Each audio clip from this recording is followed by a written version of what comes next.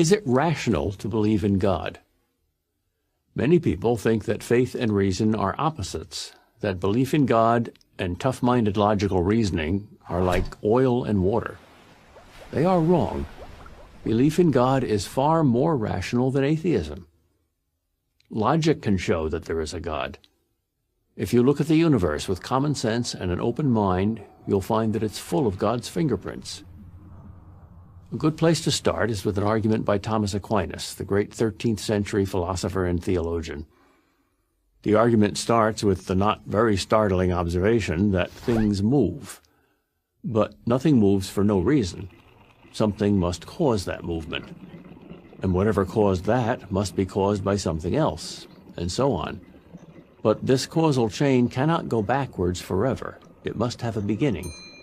There must be an unmoved mover to begin all the motion in the universe, a first domino to start the whole chain moving, since mere matter never moves itself.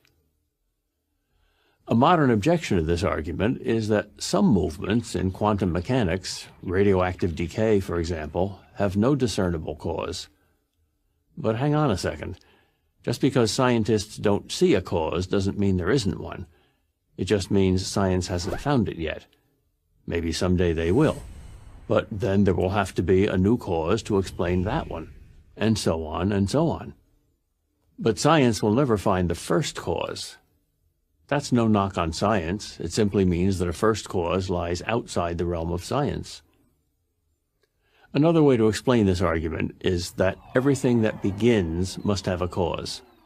Nothing can come from nothing. So if there's no first cause, there can't be second causes, or anything at all. In other words, if there's no creator, there can't be a universe. But what if the universe were infinitely old, you might ask? Well, all scientists today agree that the universe is not infinitely old, that it had a beginning in the Big Bang. If the universe had a beginning, then it didn't have to exist. And things which don't have to exist must have a cause. There's confirmation of this argument from Big Bang cosmology. We now know that all matter, that is, the whole universe, came into existence some 13.7 billion years ago, and it's been expanding and cooling ever since. No scientist doubts that anymore, even though, before it was scientifically proved, atheists called it creationism in disguise. Now, add to this premise a very logical second premise, the principle of causality, that nothing begins without an adequate cause. And you get the conclusion that since there was a Big Bang, there must be a Big Banger. But is this Big Banger God? Why couldn't it be just another universe? Because Einstein's general theory of relativity says that all time is relative to matter, and since all matter began 13.7 billion years ago, so did all time. So there's no time before the Big Bang. And even if there is time before the Big Bang, even if there is a multiverse, that is, many universes with many Big Bangs, as string theory says is mathematically possible, that too must have a beginning. An absolute beginning is what most people mean by God. Yet some atheists find the existence of an infinite number of other universes more rational than the existence of a creator.